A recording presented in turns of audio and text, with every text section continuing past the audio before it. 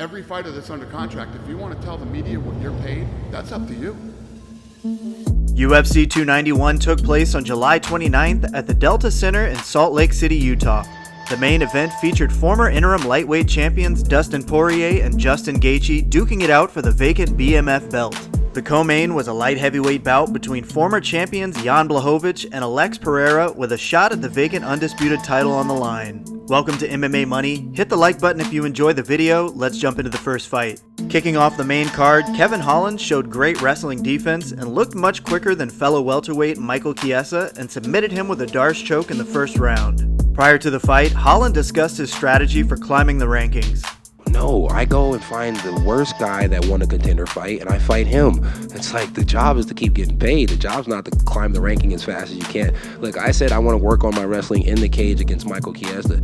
I didn't say that my wrestling was good enough to beat Colby Covington. Chiesa took home a total of $111,000, while Holland earned a win bonus as well as a performance of the night bonus and a total of $286,000. In the second fight, Bobby Green took on the fan favorite and former lightweight interim champ Tony Ferguson. Before the fight, Green talked about his motivations and financial goals.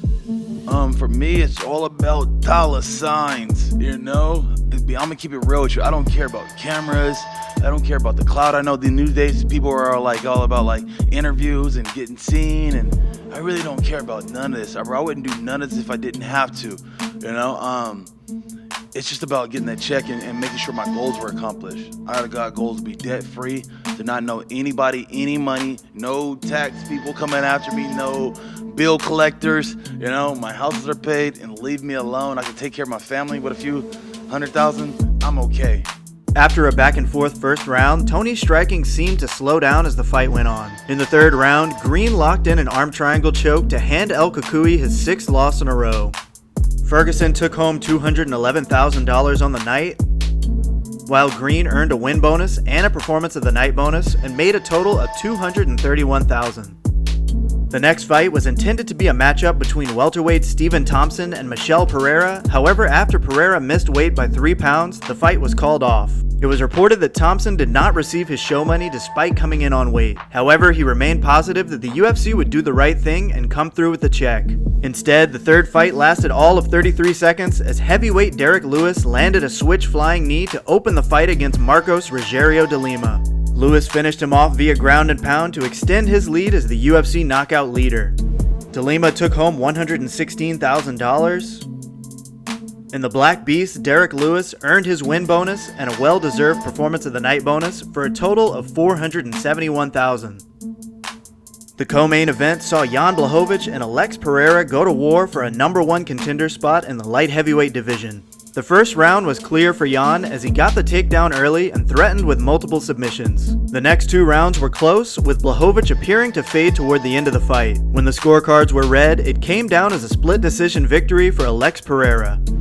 Błachowicz took home $300,000 guaranteed and $16,000 in fight week incentive, and as a former champion, it's possible he received pay-per-view points for this fight. Giving him the benefit of the doubt, I'm estimating around $250,000 in pay-per-view revenue for a total of $566,000.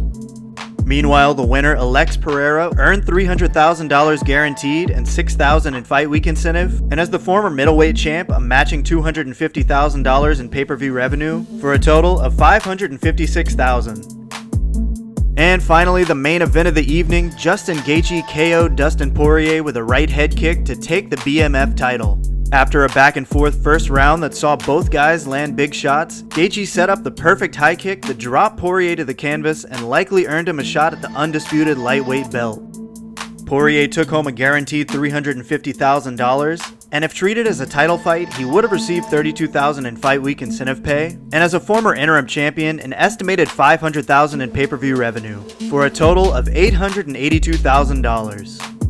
And the new BMF champion, Justin the Highlight Gaethje, earned $350,000 guaranteed, $32,000 in fight week incentive, along with a performance of the night bonus, and a matching $500,000 for his share of the pay-per-view revenue, coming out to a total of $932,000.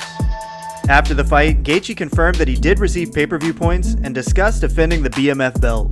Would you defend that belt if you could get pay-per-view points if the title shot isn't next?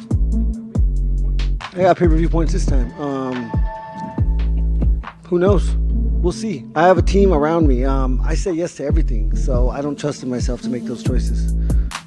That's all for this episode. Neither the UFC nor the Utah Athletic Commission disclose MMA payout information, so the totals I've shown in this video are just estimates based on reports and past earnings. As always, hit the like button, don't forget to subscribe, and click the links on the screen to catch up on the most recent videos.